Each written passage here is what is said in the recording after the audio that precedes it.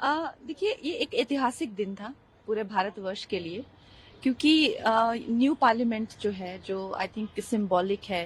पुराना पार्लियामेंट था, काफी पुराना था, जैसे प्रधानमंत्री जी ने बताया कि अंग्रेजों के टाइम का बना हुआ था। लेकिन ये जो है एक सिंबॉलिक ऑफ अमृतकाल या जो स्वर्णिम काल की तरफ जाता हुआ हमारा जो राष्ट्र है, उसको उसकी पूरी उससे प्रेरित हुआ हमारे राष्ट्र से प्रेरित हुआ ये एक भव्य मंदिर है। और उसको देख के सभी स्तब्ध थे, सभी कोई निशब्द थे।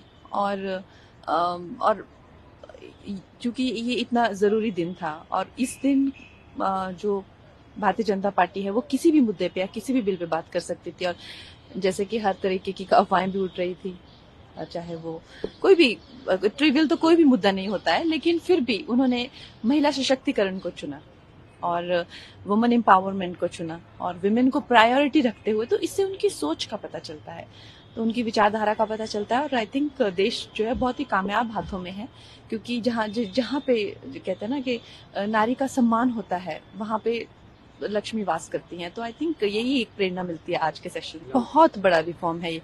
आई थिंक इसके इक्विवेलेंट कोई रिफॉर्म पिछले आजादी से 75 सालों में कोई रहा ही नहीं हुआ है।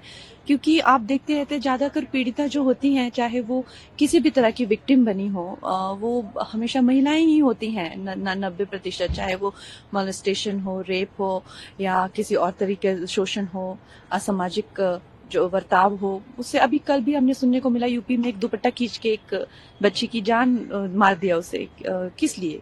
बस यही छेड़खानी करने के लिए, क्योंकि वो एक तरह से वनरेबल रहती हैं हर तरीके की इस अट्रोसिटीज के लिए। तो उन्हें आरक्षण, सुरक्षण, सम्मान, सब कुछ चाहिए। और आई थिंक ये सरकार का काम है, ये महिलाओं की रक्षा करना, उन्हें सम्मान देना समाज का, सरकार का काम है। अभी भी आप देख लीजिए, पूरी सृष्टि का जो क्रम आगे चलाने की जिम्मेदारी भगवान ने अगर नारी को ही दी है, तो कोई तो रीजन रहा होगा ना। नारी में संवेदनशीलता से लेकर, शक्ति से लेकर, सहन शक्ति से लेकर हर तरह की शक्ति रहती है। उनको शक्ति का ही स्वरूप माना जाता है। और इस तरह से हर एक सामाजिक वर्ग का शोषण किया जाता है, जिसके करके वो पीछे रह जाते हैं। तो महिलाओं का बहुत हुआ है, क्योंकि महिलाएं इमोशनल बीइंग होती हैं और बहुत ही भावुक। जैसे कहते हैं ना कि अगर महिलाएं डिसाइड करें तो दुनिया में युद्ध ही ना हो कभी। तो उनमें इस तरह की एक इंटेलिजेंस भी रहती है, लाइफ इंटेलिजेंस बहुत ज्यादा रहती है लाइफ के प्रति।